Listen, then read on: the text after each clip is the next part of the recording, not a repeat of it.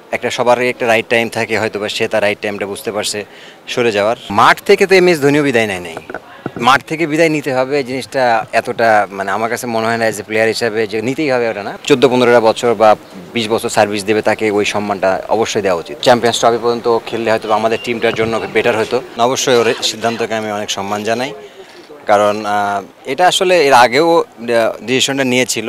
মাঝে আমরা অনেক এটা নিয়ে আলোচনা করেছিলাম, বাট পার্সোনালি ওর সাথে আমি যতবারই জিজ্ঞেস করছি ও আমাকে একই কথা বলছিল, দোস্ত আমি যে ডিসাইড করছি এটাই আমার ফাইনাল। আমি তাকে ডেফিনেটলি রেসপেক্ট জানাই তার সিদ্ধান্তে। অনেক বড় প্লেয়ার, অনেক বড় নাম বাংলাদেশ ক্রিকেটে।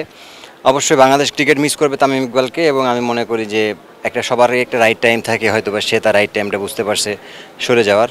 আমি ডেফিনেটলি তার এটা রেসপেক্ট দিই। হ্যাঁ, স্পেশাল মুভমেন্ট লর্ডসে আমরা যে ইনিংসটা খেলেছিলাম ওইটাই ওর সাথে, মানে ও ও ওই জিনিসটা ফিলটা বুঝছিল যে এখানে 100 মারলে কী হয়।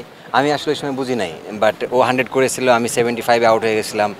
বাট ওই পার্টনারশিপটা আমার কাছে মনে হয় যে আমার জন্য আমার লাইফ অনেক রিমার্কেবল ছিল, কারণ আমি লর্ডসের মাটিতে ইংল্যান্ড টিমের সাথে এরকম সুন্দর ইনিংস খেলতে পেরেছি। এটা অনেক আমার কাছে স্মরণীয়। না, মাঠ থেকে তো এমএস ধোনিও বিদায় নেয় নাই।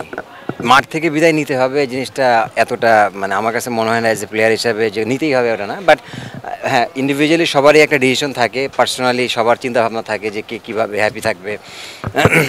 সবার হয়তোবা কপালে হয়তোবা লাকে হয়তো ওই জিনিসটা হয় না।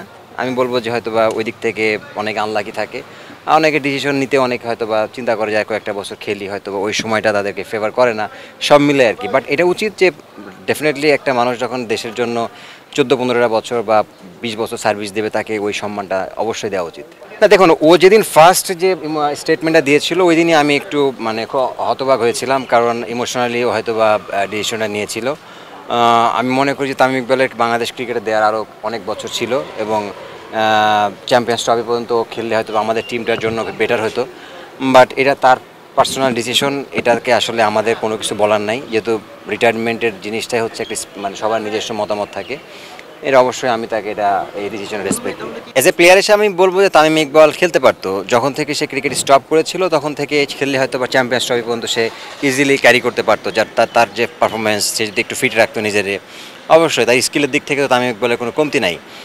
এবং মেন্টালি সে অনেক অ্যাজ এ ব্যাটসম্যান হিসেবে অনেক স্ট্রং। তো ওই দিক থেকে বলবো যে ও খেলতে পারতো, বাট আমরা এটা মিস করেছি। ভাই দেখেন, এটা আমিও জানি, আপনিও জানেন, সবাই জানে। এখন যে খেলবে সে যদি না চাই, আমি তো আপনি জোর করে খেলাতে পারবো না। অবভিয়াসলি তার একটা ডিসিশন, একান্ত ব্যক্তিগত ডিসিশন। তো এখানে তো আমাদের বলার কিছু নাই। এখানে সে যদি ওয়ার্ল্ড কাপও খেলতে পারতো, সব জায়গায় খেলতে পারতো, নট অনলি এটা চ্যাম্পিয়ন্স ট্রফি। আমার মনে টাইমিংটা মেলে না। ব্যাটে বলে যেমন টাইমিং থাকে না, প্লেয়ারদের সাথে হয়তো বোর্ডের টাইমিং ঠিক হয় না।